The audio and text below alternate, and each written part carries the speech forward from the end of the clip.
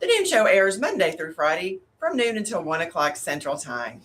Each day, we bring you engaging conversations, fresh perspectives, and stories that connect us all. Johnny and I would like to invite you to join us along with today's show guest, Ty Matiowski. So, pull up a chair, sit back, and relax. And now, without further ado, here's Johnny. Well.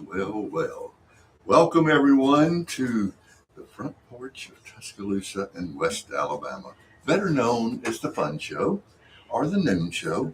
And we are just having a blast because we've got our chief engineer in the room with us, Mr. John Matthews. We love Mr. John Matthews now. And we are playing with technology.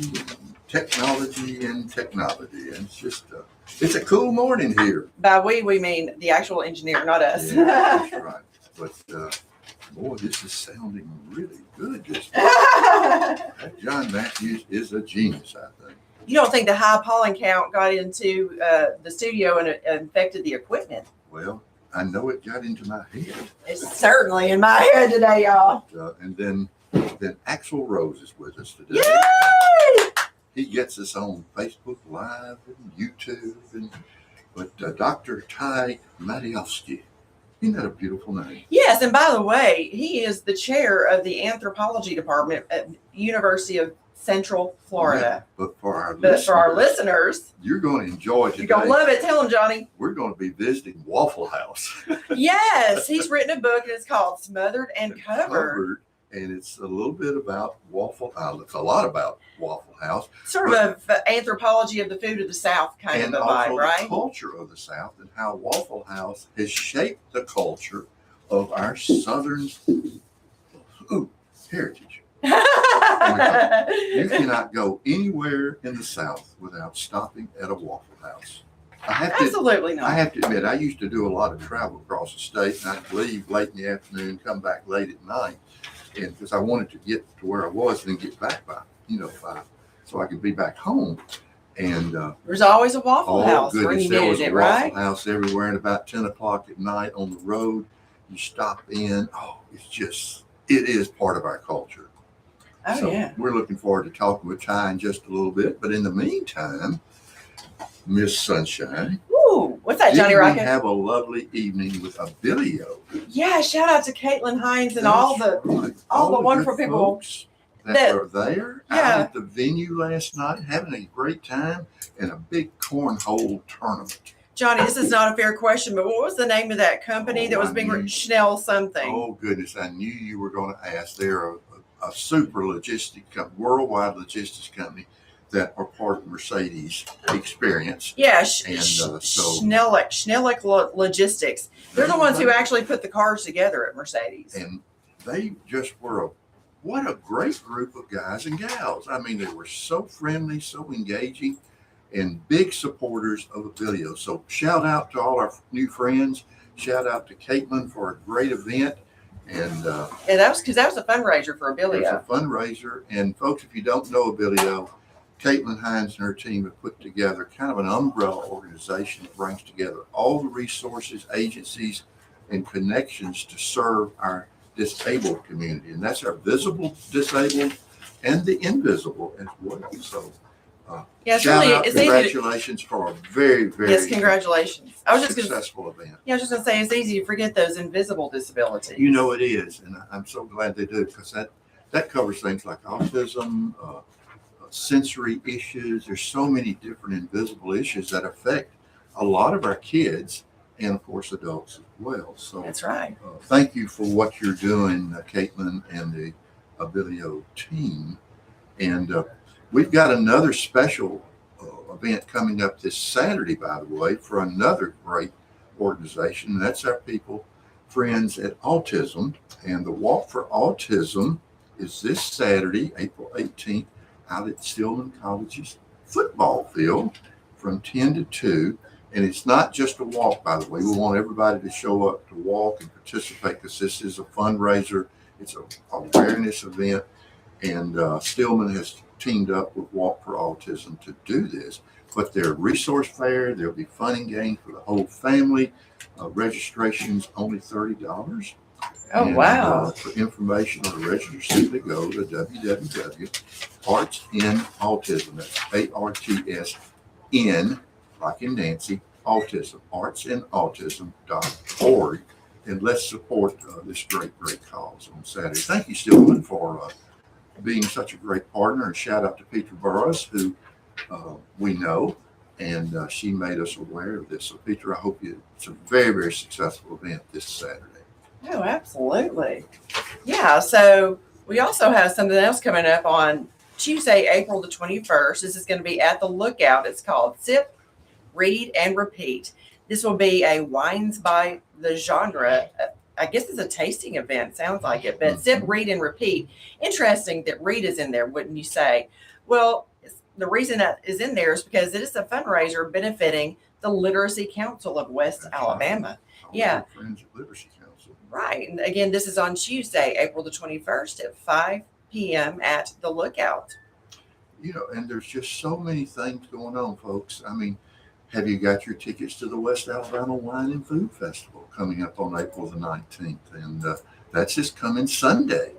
And it's 4 to 7 p.m. in downtown Northport. And this year, the festival is benefiting the Humane Society of West Alabama and also Table of Grace. So 2 great causes and something that is a lot of fun. It's a very popular event.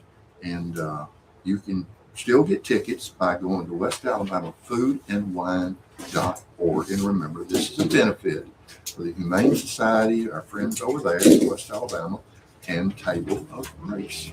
So check that out, folks. Lots of things going on this time of year. And Miss Sunshine, you just reminded us. Yeah, that, Reading Allies. Reading Allies and does Neighborhood Bridges, both. good work. And this is part of the Tuscaloosa Education Foundation. And there's something called Neighborhood Bridges, which all of us can participate. All you do is go to neighborhoodbridges.org, sign up, no cost, but you'll get an email each morning talking about a need of a child in our school systems. It may be a pair of pants or shoes, it could be food, it could be anything related to helping the child be ready to learn. And a hungry stomach is not a way to learn. So no, it's not. We can do, and it's all anonymous. The child, the parents don't know who the beneficiary is. You don't know the names. It keeps it very anonymous, keeps it on a good, even playing field. But it's a wonderful way to help somebody in need to be a better student and a better learner. So neighborhoodbridges.org, and that's part of Tuscaloosa Education Foundation.org. So check that out. And you reminded me of this, Lisa, Miss Sunshine. Yeah. Yeah, we put this on our Facebook now. I hope everybody knows, but Coach Pat Murphy out at the University of Alabama, of course, he's the coach of the women's softball. Unbelievable, successful run by Coach Murphy and the team. But he just celebrated his 500th SEC win. I think it's the Congratulations, first ever in the Coach. SEC conference. I believe he is the first to ever accomplish this. And of course, he's had great teams for years and years. They're on a great run right now. So congratulations, Coach Pat. We appreciate you. Roll Tide, our friend. Yeah, Roll Tide. So I wanted to say a little bit something about our friend Leslie Evans. Dr. Leslie Evans sent this to us. Yeah. So there's another event coming up called Tuscaloosa Wellness Fest. Now that is presented by a group called Growing Together that is going to be at the River Market, Tuscaloosa from 1 to 4 on Sunday, April the 26th. So they're going to have live demonstrations, giveaways, food, live music, a kids corner, a bounce house, and local wellness vendors. So that sounds really interesting. So I'm not sure. I'm not seeing the ticket information. So, I see. It says free tickets. Yeah, I think it's free. There's a QR code on there, and it says, I don't know where the QR code goes to, but it says free tickets. Maybe that's just for more information. But I did see this announcement also posted at Northridge Fitness. So. Yeah, and I'm glad Leslie let us know. And it's interesting, Sunshine. You know, you and I are working on a new Tuscaloosa book, and I just finished the chapter on health and wellness.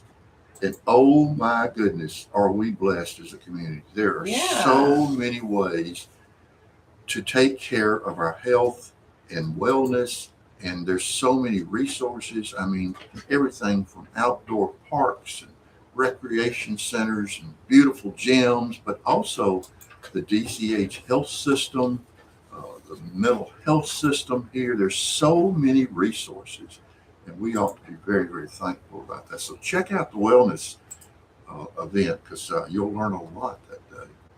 Yeah, I'm sure you will. I think it's a great event. But also, let's remind our friends, there you go, that Lisa and I and the Noon Show have joined up with the Travel Bug Company. Isn't that a great name? I love that. I love that name. And you can be part of a community adventure. And we have happening next July. This is 2027, but we're encouraging folks to go ahead and get involved and sign up now. But the Noon Show and Travel Bug have got the ultimate community cruise on Virgin Cruise Line, leaving Barcelona, Spain on July the 4th, 2027. And we'll be cruising and going to Spain, the French Riviera, and Italy. That includes Rome and Tuscany and all kind of beautiful spots along the coast there. It's going to be a gorgeous trip. Beautiful accommodations, outstanding cruise line, and you can be part of it too. And if you'd like to be part of the team that's going to head out next July, go to our favorite website, and that's get some information, take a look at it. Really a great price for couples. This is this Virgin Cruise Line, this doesn't have any children, but so it's a very, it's adult only, whatever that means, but it means there's no children. And so it's going to be a lot of fun. And come on, go with us. We're going to have a great time. There's folks signing up already. And get on board and let's go to Europe on a cruise. I'm excited. So yeah, a friend of mine texted me. I've got a friend from Southern California who is actually going to go. We've been friends for a long time through National Association of Scientific Materials Managers. And she and her sister are going to go. And then she's got another cousin, and that cousin's got a roommate. And now this morning she texted me, she's got a couple more friends coming. So it seems like it's contagious. Yeah. This is a great opportunity for the community to go together. So if you're interested and you want to go, recruit some of your friends. It's going to be a recruit blast. Your friends. It's going to be a blast. Maybe think about those people who, you're good friends with, the kind of people who maybe you don't talk to them every day, but they're really good friends, and you just pick up the phone. It's like no time has passed. These are the kind of friends from California that are going. Yeah. And it's an easy friends. It's like a planned reunion, a friend reunion. Great idea. A friend reunion on board with the Noon Show. And nobody's having to clean their house or cook or getting ready, you know what I mean? Because it's all done for you. And I understand the food is unbelievable. Oh, those Michelin level chefs. I am so excited. Exciting. Yeah. Well, Lisa. Yeah. As we're talking, I'm thinking curiosity might be one of the most powerful things anyone can have, including a student. At the Bearfield College of Arts and Sciences, curiosity is where everything begins. That's right. And students at the University of Alabama are asking big questions, and they're actually finding answers. Through research, collaboration, and hands-on learning across science, humanities, and the arts. That's right. And it's not about memorizing at the Bearfield College. It's about discovery. And that mindset leads to real opportunity. Absolutely. So you can learn more at artsandsciences.ua.edu. Bearfield College of Arts and Sciences, where curiosity wins. Roll Tide and roll research. Amen. All right. Oh, heck yeah. So, Johnny. Yes. Okay, I got a quick question for you. On a scale of 1 to dazzling, how was your sparkle today? Well, I think I'm a solid needs Hudson Pool sparkle. Actually. Well, you are in luck, Johnny Rocket, because Hudson Pool Fine Jewelers can fix that real quick. You know, they've got everything. Engagement rings and rings of all types, fashion pieces, watches. I think I'm going to go down and buy me a watch today. They've got your sparkle covered. And not just the sparkle, Johnny Rocket. Think about the quality. They're right. Their diamonds are selected to shine brighter than the rest. Oh my goodness, that's kind of dangerous information for us guys. Okay, Johnny, could also be seen as helpful. It just depends on how you look at it. Well, that's true. A fair point. So whether you're celebrating something big or just want to level up your sparkle, go see your friends today at Hudson Pool. Visit them at 1111 Greensboro Avenue or HudsonPool.com for the same great service. Yeah, tell them Miss Sunshine Johnny Rocket sent you, and if you're lucky, you might just see us there today. Yeah, absolutely. So I'm excited about today's show. Today we're going to be talking about how would you characterize it? Southern anthropology of food. Yeah, and in particular, we'll be getting that through the lens of Professor Ty Madiowski. And I hope I said that right. Visiting Waffle House.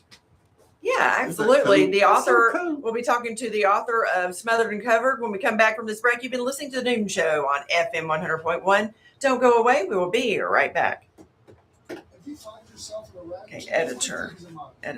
Call the police. Second, take pictures of the scene. Third, call me. Okay, don't fret. It's gonna bite you in the headphone when it comes to.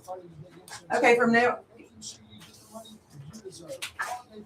If you think about it, we throw the commercials in the chairs so they'll all be together, not mixed up with my other junk. Okay, let's see what do I need to do now?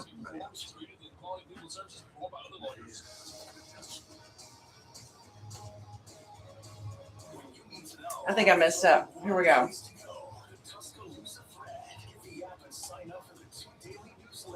The camera's not on though. Our camera. It needs to be connected before you start everything. You try refreshing. Huh? Try refreshing. I'll lose him. It takes so long. Yeah, that computer's so slow. On Catfish 100.1 or online on the Catfish Tuscaloosa app. You can call us live at 205. Sorry, the camera is not working right now on our end. Now on the Catfish Tuscaloosa app. Here's Lisa. Welcome back to the Noon Show right here on FM 100.1. And folks, we're going to have some fun because who hasn't stopped at Waffle House? That's right. And it's part of our culture. It sure is. So speaking of Waffle House, let's see if our virtual guest via Microsoft Teams is ready and available. So Dr. Ty Madiowski, are you on the line? I am on the line. Can you hear me? Hey, I can hear you. Beautifully. Yeah, so little technical difficulty with the camera. I did not have that connected as I was bringing you on, and so it's not giving me any grace. So I do apologize for that. But we can No see you, worries. and that does help with the verbal cues, at least on our end. So sorry, you're getting the short end of the stick on that, sir, but sorry. Ty, it's really nice to Happy meet to be you. here. Nice to thanks meet for you. Yeah, thanks for coming. Very nice to meet both of you. Yeah, so Ty is in Orlando. He's the chair of the anthropology department, University of Central Florida. And I was a little mad at him this morning, like mad haha. He said he's in Orlando. I said, okay, I'm done with you. But now we're back together. We're reunited. It honestly feels so good. It sounded like we should have planned a remote. That was a very brief breakup. We should have come to you. Yeah. But anyway, I would like to say welcome to the Noon Show studio, Dr. Ty Madiowski. Thank you, Lisa. Thank you, Johnny. You're welcome. Really great to be here and happy to share some of my research about Waffle House. We So can't what- wait. I'm hungry just thinking about it. I just to get this out of the way, why in the Sam Hill would you do research on Waffle House of all places? Right. So as a cultural anthropologist, I study food and have been looking particularly at restaurant brands, both in the U.S. and abroad for decades now. And I began doing some just tentative looking at brands and regional identity, particularly as it relates to the South, and no other brand stood out more.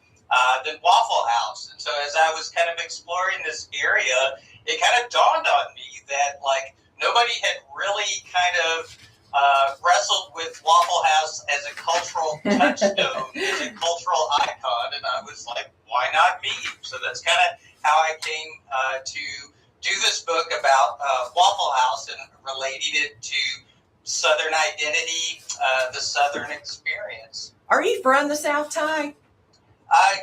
Yeah, so I'm from a small town, kind of equidistance between Houston and Austin in Texas. So I'm kind of at the very western edge of the South, but a lot of the Southern experience is very familiar to me. The way I grew up in a small town, kind of an agricultural community, it all resonates with me, and kind of like the years I spent, growing up in the 1970s, 1980s. So before we get into the real context or subject, I want to know. So the Waffle Houses that you would have visited personally, are they the kind of places where the wait staff would say the following to you? Okay, sugar. Okay, darling. Okay, honey.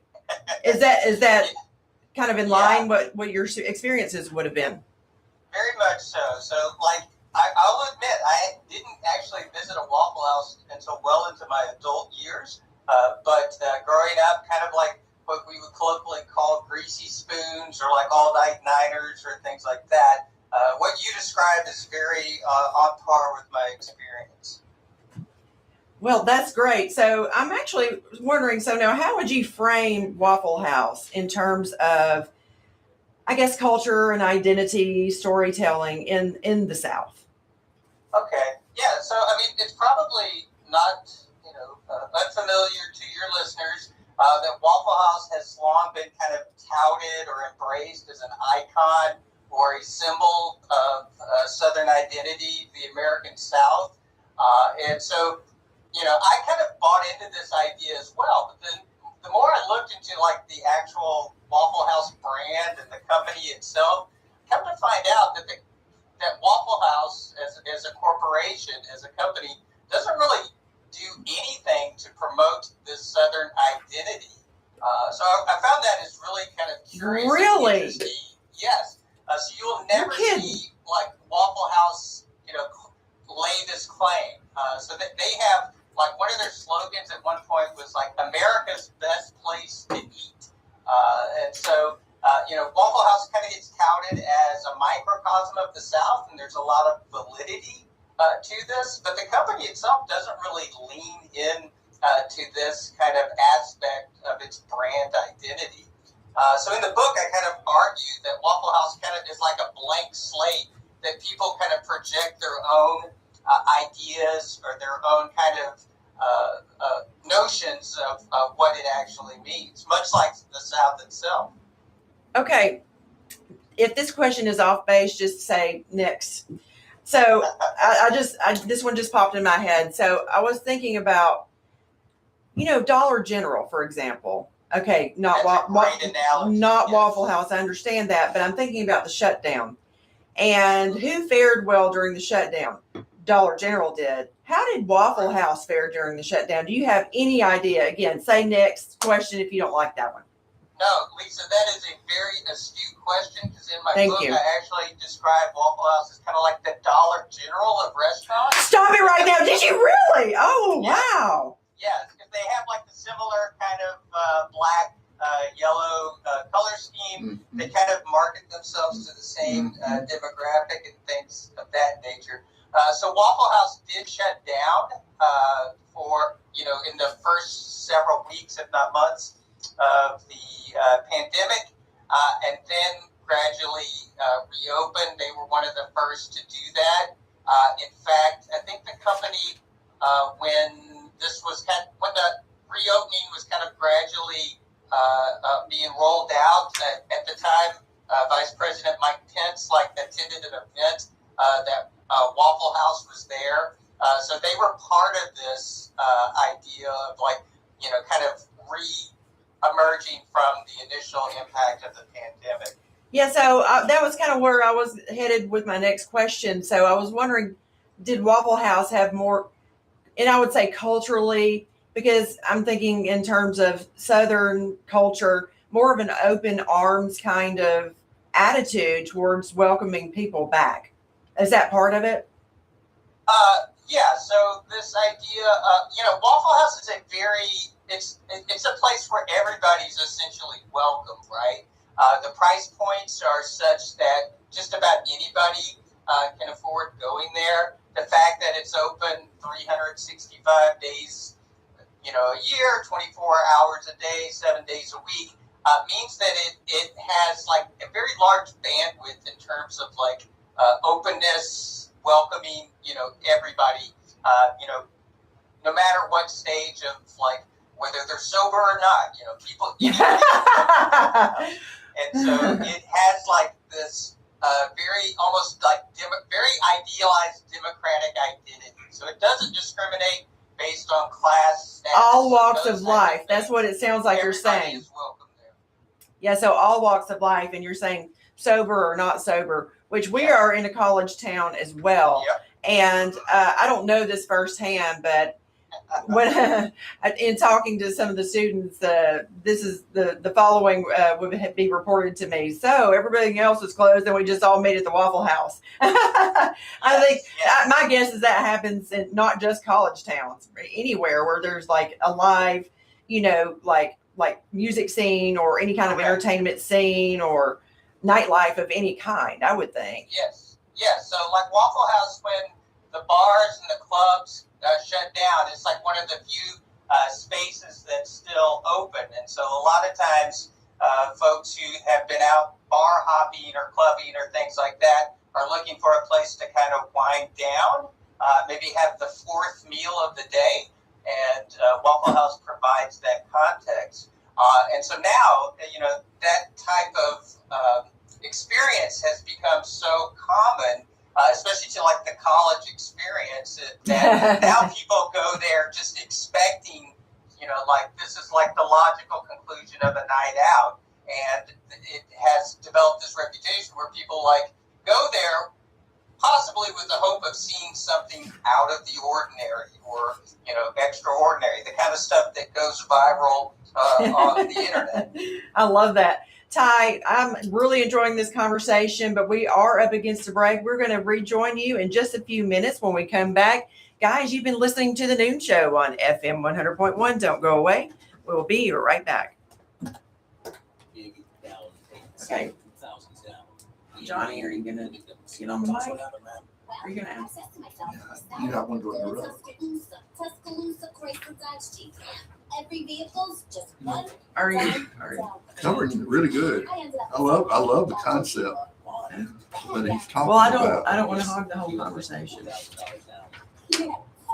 Why don't you take the next segment? It's going really well, though. Here's a I note actually here. was enjoying our conversation. Really? Yes. So if I'm enjoying it, the audience is enjoying Well, it. That's the way I look at it. There's some notes about how it was used by FEMA somehow, Waffle House Index for disaster severity. I think that's interesting. Well, maybe we'll just come back with, first of all, our commercials, but then ask him, Well, that's a good question. what is, you ask him. Welcome back to the Noon Show. Let's do this right here. Catfish 100.1 with Lisa Jones Let's do number and 2. Johnny Aycock. Online on the Catfish Tuscaloosa app. You can call us anytime live at 205-723-0731 or message us on the Catfish Tuscaloosa app. Now, here's Lisa. Welcome back to the Noon Show, right? Yeah, now. welcome back. FM 100.1. Thank you so much for joining us, and we're having a fun time in the world of Waffle House. We are, but How many people have stopped at Waffle House? I bet everybody has. that's, Amazing. I can't imagine anybody saying, no, I've never been there. I've never heard of it. What you talking about? Yeah, That doesn't happen. No, they crawling out from under a rock. I That's- don't know what they're doing. That's right. And Ty is so interesting. he is very interesting. I'm ready to get back to the conversation, but I wanted to mention something to you real quick first. So, Johnny, I've noticed something. Every time you talk about Bryant Bank, you sound pretty confident. Well, after being with them for 20 years as a customer, I should. That's true. So what's the difference for you? Well, they know you. They know your name. They know who you are. They know your background, and they know how you like to handle things. And they're always there ready to help you. That's more than banking. Well, it really is. It's a relationship, and it's one you can count on. And that kind of service builds trust over time. Exactly. And they've delivered it year after year without ever missing a beat. That kind of consistency, it's rare. And that's why I've stayed. And it's the reason they're one of the best banks in Alabama. Exactly. You can visit Bryant Bank in any one of their beautiful locations, North River, Northport, and beautiful downtown T-Town, or online at bryantbank.com. Did you hear that, Ty? I heard it. You heard it. So Yeah. don't forget, y'all. Bryant Bank's an equal housing lender and a member of FDIC. And they were named the best bank in Alabama. Yeah, you should know that, Ty. Oh, We don't man, want you to feel left out or anything. Exceptional. But Good Ty, to know. Yes. we're so glad you're with us. This has been Thanks a for joining us. fascinating little journey that we're on today. And to your point, who hasn't stopped at a Waffle House? I mean, That's a great question. Yes. and I was just thinking as you and Lisa were talking, I got to thinking, we all trust Waffle House. I mean, we know we're going to get something. It might not be a gourmet meal, but it's going to be good. It's going to be very comfortable in there. And like we said, the people are going to, the waitresses, Call you the sugar waiters are honey gonna and call baby you- doll. They're going to call you sweethearts, I love that. And so Right. that consistency. And I also wanted to ask you, in your studies, one of the things that I don't think Waffle House does, they don't really market themselves. They really don't. That's really true, Johnny. You will never see. Well, I don't want to say never, but you have yet to see a Waffle House commercial on television. Mm-mm. You have yet to see or hear a Waffle House jingle on the radio. Yeah. They do some marketing, like they've sponsored a NASCAR team at some point. Okay. But like in terms of like the type of marketing efforts that are, is very common in the restaurant industry, particularly for chains and things like that. Mhm. Waffle House just does not engage it. They go the other way.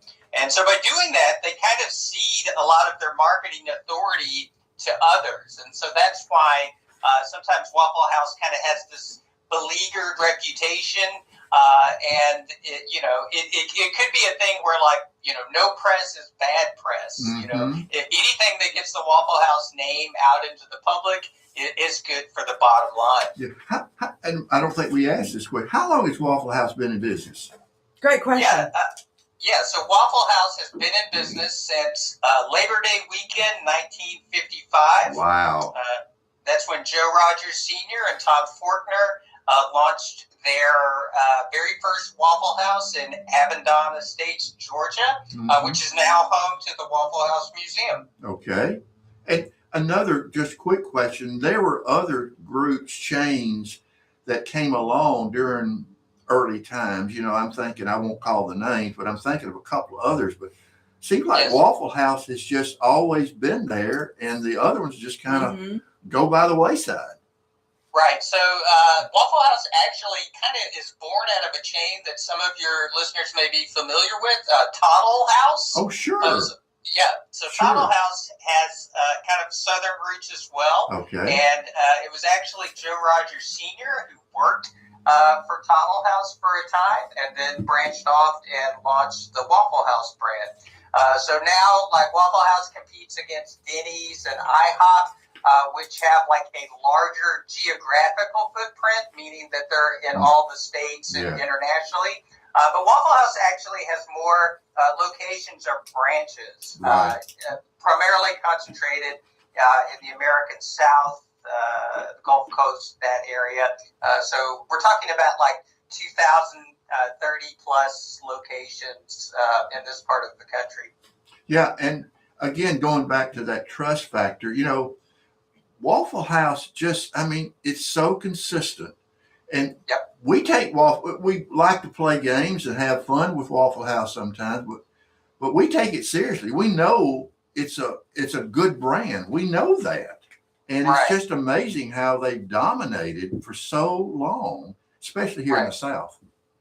Yeah, and so Johnny, it's like they rarely change the formula, right? And Right. so it's like a product or a consumer offering that doesn't really require much altering. It's a recipe for success that Yeah. has a staying power that proves itself again and again. So when you're driving down the highway and you see the Waffle House sign on the horizon, you know what you're going to get. That's So right. that's like a quality meal that's affordable, and then you can eat it and be on your way. As part of your study, I know you studied this in terms of culture of the South, but the culture of the company's got to be really interesting. Because the food is consistent from Waffle House to Waffle House to Waffle House. I don't know how they do that, Right. but they Yeah. got a consistency. Yeah, and so it's like that's one of the key aspects of like a good chain restaurant operation, right? Mhm. So the consistency, the predictability, the affordability. This is what consumers don't feel like they're taking a risk or taking a chance when they go to a place that's like it has an established brand identity. Yeah. So really Waffle consumers, House, the Golden Arches, these type of things are they have this appeal that has been proven time and time again. But if you notice, you mentioned IHOP and Denny's, you don't get consistency. I'm not knocking them. You just don't get consistency in that. But Waffle House, you do. Yeah, I would agree with that. okay, so that basically helps to establish a level of comfort with the consumer. I know that I know what I'm going to get when I stop here give them my hard-earned money and get a great meal. But I was wondering, could you talk about the Waffle House Index and why is it taken so seriously? Okay, so the Waffle House Index is something, again, your listeners may have some familiarity with.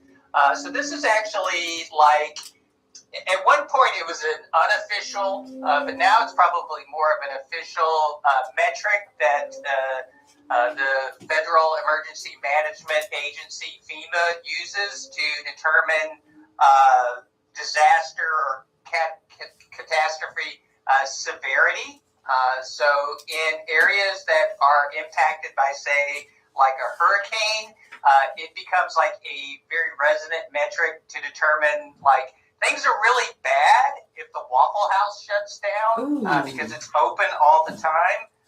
And so it's like it's a way for people to understand like things are very serious like when Waffle House shuts down.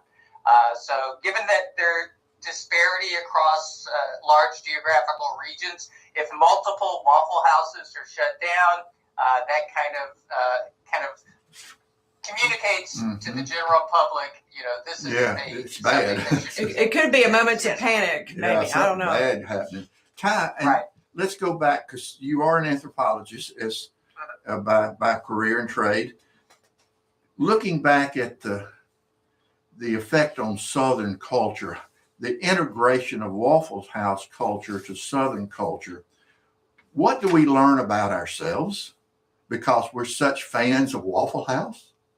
It's a great question. And so, Waffle House has it's multi-dimensional, right? And so for a lot of people, it represents like good, honest, folk preparing meals for people from all walks of life, and for others, it's this place of where you may see something that would then go viral online.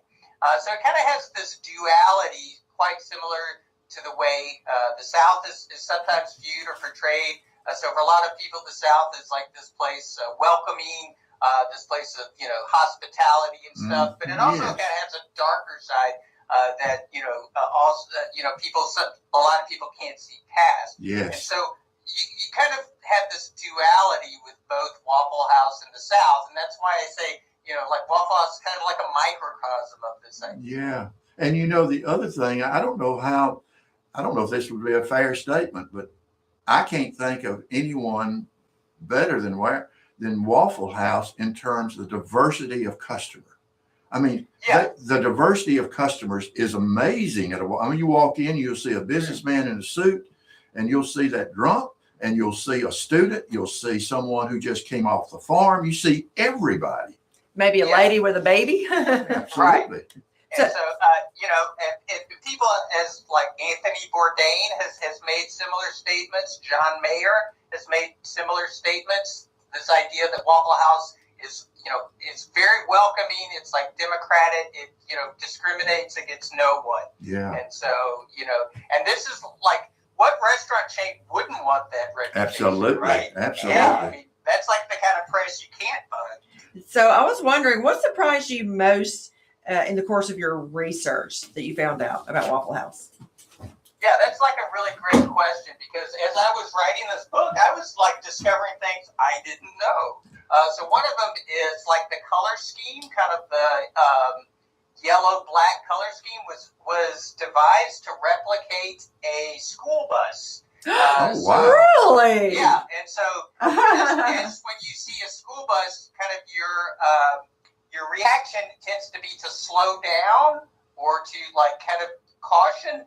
They did that on purpose to How give interesting. people that split second to turn it into a Waffle House. The other thing I learned was they tend to locate Waffle Houses on the right side of the street, so it's easy to turn in to That's them. right. So you don't have to cross traffic. And they also, their original signage makes was sense. based on the Holiday Inn sign. So they just inverted the Holiday Inn sign, which used to be like an arrow pointing to the lodging. They did the opposite just by flipping it upside down. So I learned like a lot of stuff that just I was not aware of. There's some pretty ingenious marketing going on. Very much so. Very much so. It has stood the test of time. It's just amazing. I mean, I was telling Lisa before the show, you know, I used to drive late at night from one location to try and get home. And you'd see that Waffle House sign. All of a sudden you got comfortable. All of a sudden you said, this is not so bad. I'll stop and get something, a cup of coffee, you know, some scrambled eggs, some smothered and covered or something. And, Correct. and I'll get on home safely. It just always made you feel good. And that's the type of sentiment that you hear from a lot of like traveling musical acts, Yes. or like say I'm like sure that makes sense. Yeah. Sports teams Yes. that have to travel distances, like the ones at the college level, they take a lot of comfort in seeing the Waffle House sign because you know they know that what they're going to get and it meets expectations. That's and meets right. kind of their ideas of what a good wholesome meal would be. Absolutely. Ty, we're going to take a quick break so we can pay some bills. And Okay. we'll get back to one of the things I'd like to know, and maybe we can do this just after the break. Why did you name the book Smothered and Covered? I'd like to know that too. And you know, it turns out understanding a place like Waffle House might just help us understand ourselves a whole lot better. We'll be right back, guys. You've been listening to The Noon Show on FM 100.1. Don't go away. We'll be right back. Northport Auto Supply, our customers come from all over because they know they'll always What was that you said, Johnny? About the next question? Northport Auto Supply. Why do you name it Smothered and Covered? That's rather covered, yeah. I know you just said it, but somehow it just like went right out of my head. Let's see. We should also let them say, like, maybe there's something like, what are the key takeaways our listeners should know before we get out of here, that kind of thing. But that's a good question, too, discernment. Our senators, Katie Britt and Tommy Culture Tuberville, episode, and disguised Representative as Terry food. Sewell Yes, very are standing cultural. up for radio listeners like us I got to by keep copy of supporting the book now. legislation to keep AM radio in cars. They know the value. It's funny that just happened to pop in my head about Dollar General shutting That's a good down. point. No, because they're everywhere. Learn more I mean, at dependonam.com. This I had a message friend furnished by the National Association whose of father Broadcasters and this station. built most of the Dollar Generals. He lives up in, I think his headquarters, I want to say in Tennessee somewhere. And they can put one up in like 30 days. It's ridiculous. And they never close, like never, ever, ever, ever, ever. That's interesting to say at least. I mean, What's your favorite meal at a Waffle House? What's your favorite meal? In my head, I want a Belgian waffle, but I don't order those.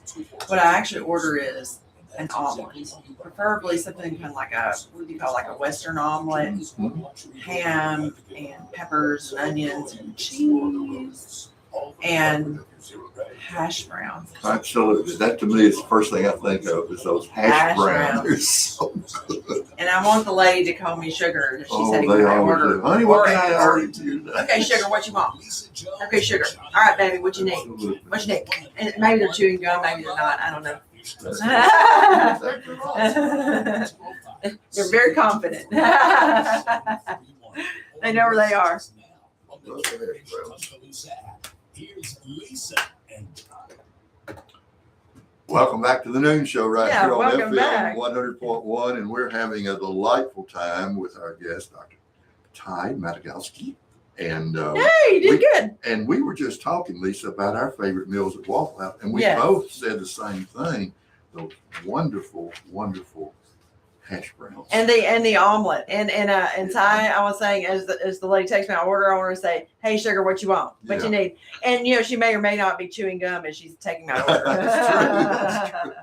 That's We love them, but hash browns are right there at the top, and then smothered and covered. They've got about 16 versions of them.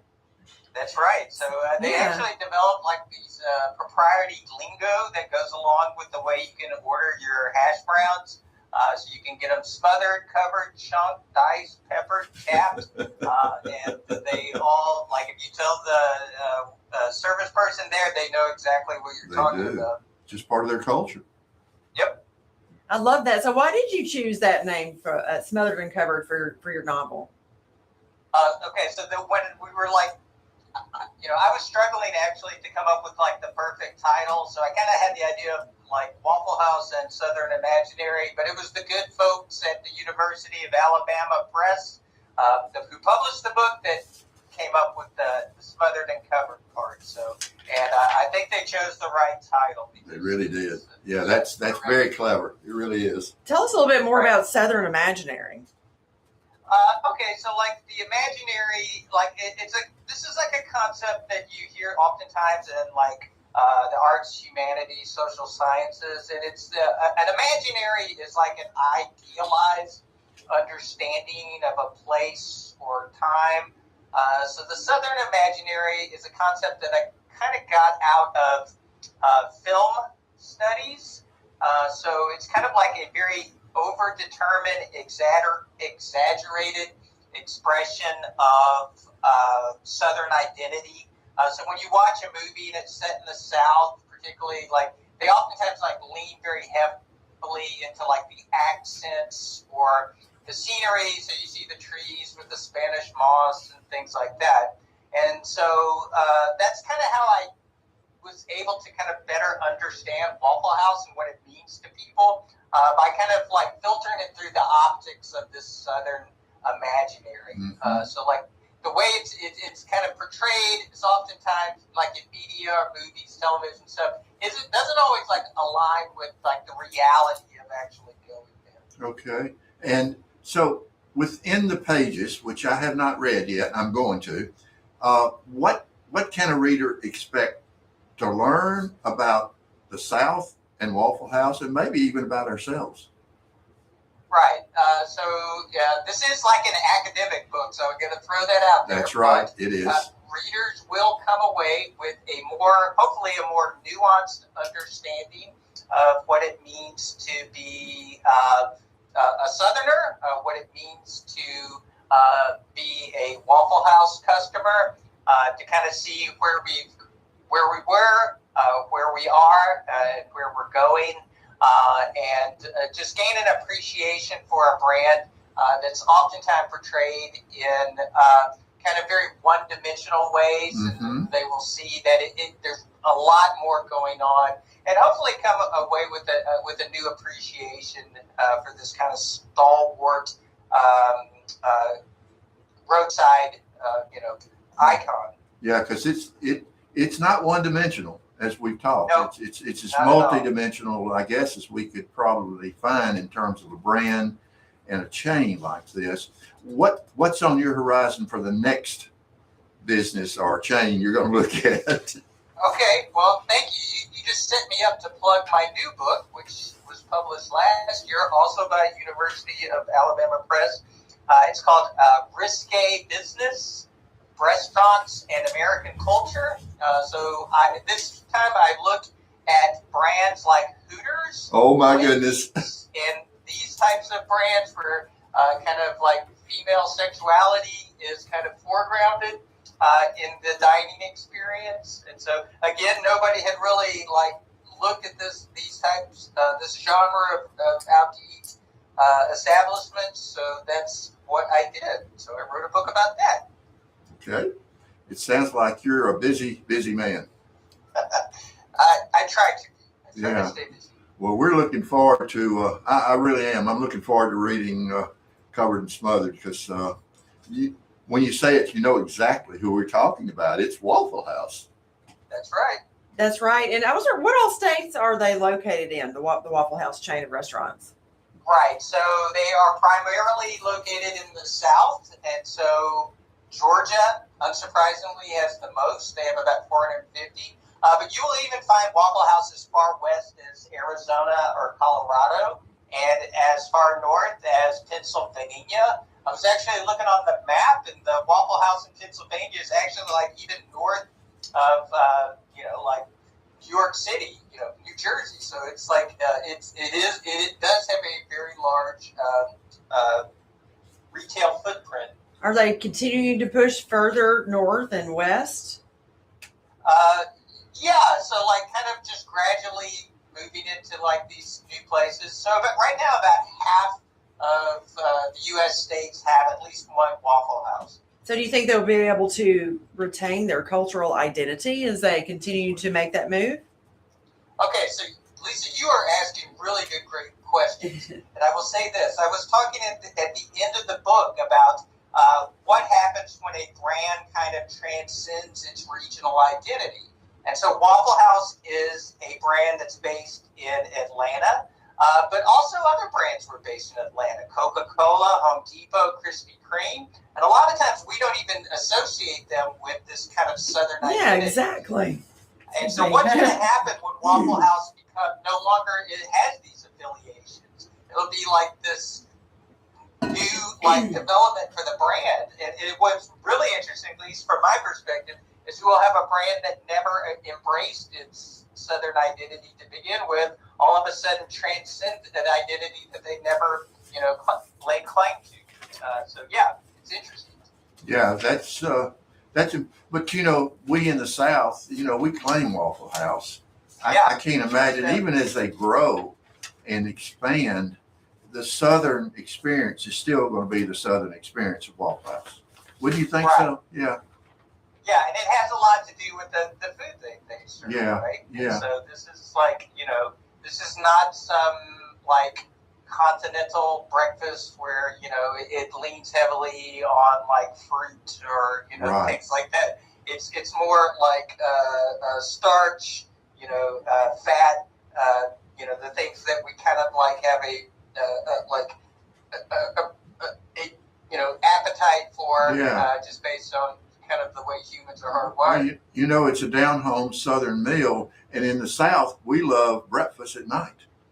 Yes, most definitely.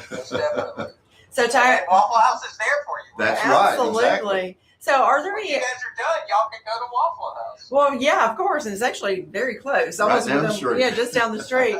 So I'm wondering a couple things before we get out of here. Are there any key points or key takeaways we haven't covered you think our listeners should know? And then also tell us where we can get the book. Okay, so I'll do that first. So the Waffle House book you can find through the University of Alabama Press website, but it's also available on places like Amazon, Barnes & Noble, places like that. So that's can be found there.